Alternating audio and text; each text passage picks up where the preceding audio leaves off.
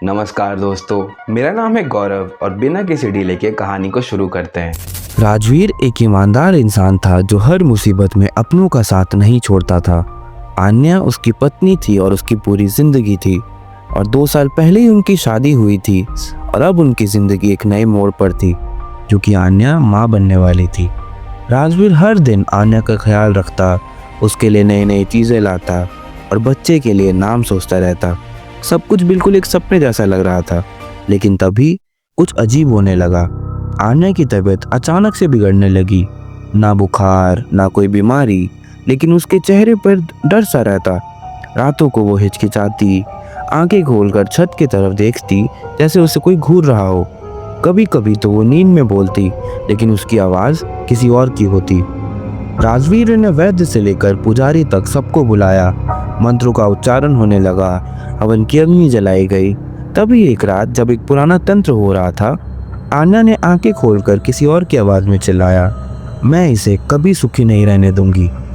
पुजारियों ने ध्यान लगाया और सच सामने आया और उसने सबको हिला कर रख दिया। आन्या के शरीर में मीरा की आत्मा थी, एक नौकरानी जो सालों पहले इसी हवेली में काम करती थी।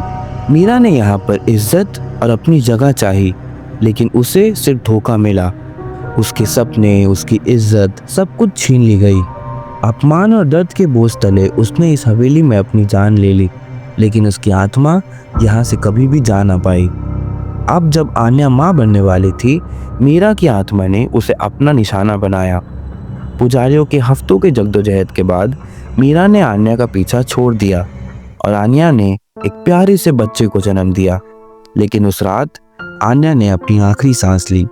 उसकी आंखों में सुकून था, जैसे उसने किसी एक जंग को जीता हो।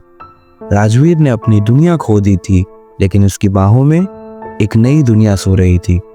घर जो कभी हंसी से गूंजता था, अब सन्नाटे में डूब गया था और राजवीर के दिल में एक सवाल हमेशा के लिए रह गया, क्या हम कभी भी खुशियों को पूरी तरह संभाल पाते हैं? इस कहानी से हमने ये सीखा कि खुशियाँ आपके साथ कब तक रहेंगी ये किसी को नहीं मालूम। तो अगर वो आपके पास हैं तो उसे कैजुअली लेने के बजाय आपको पूरी तरीके से उसे जी लेना चाहिए।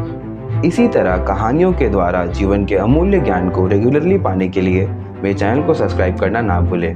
धन्यवाद।